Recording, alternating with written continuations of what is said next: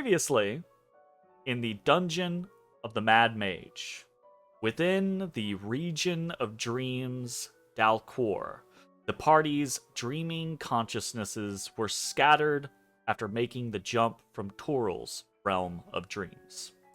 But this was not unanticipated.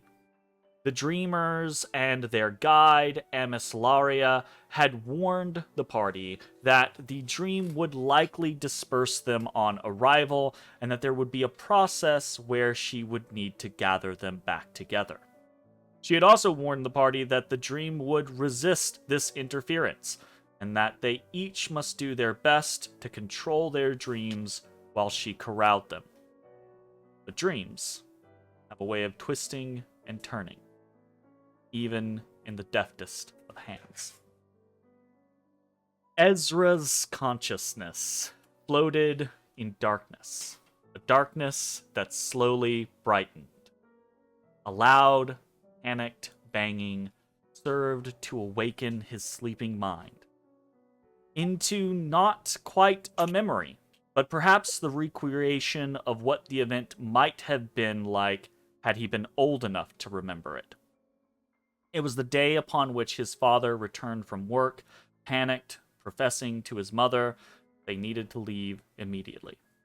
It was a recreation using the words of Ezra's sister, of the day their lives changed forever, of the storm that tore apart their home, and the loss of their mother and father.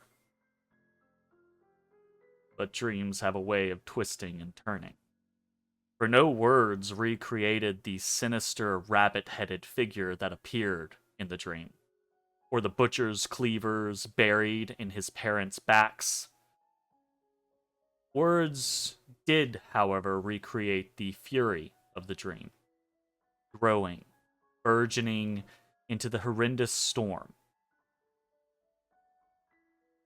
Perhaps the anger in Ezra's heart. A sudden shift to a place of wind and earth, water and fire, and dark lightning streaking across the sky. Suddenly, Ezra embodied the storm, was the lightning, and up around him rose wind and earth and fire. Hurtling out of the darkness came dozens of those rabbit-headed figures, screaming about containing the elementals. Amislaria broke through to Ezra's mind, shouting for him to resist, to fight against the creatures, to not let himself be destroyed, and a horrific battle began. Crushed, shattered, charred, burned bodies littered the ground, but still the rabbit heads kept coming. Fire was quenched. Stone was sundered. An overwhelming chorus of chittering voices calling for Ezra's downfall, to see wind caged and lightning chained. And then suddenly, an incomprehensibly large creature loomed in the darkness, illuminated by dark arcs of electricity, screaming as would an angry mother to her child.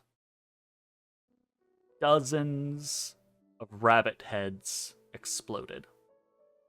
And Ezra, feeling as if someone had plunged a hand into his chest, was ripped away from the place, from the anger, fear, the trauma.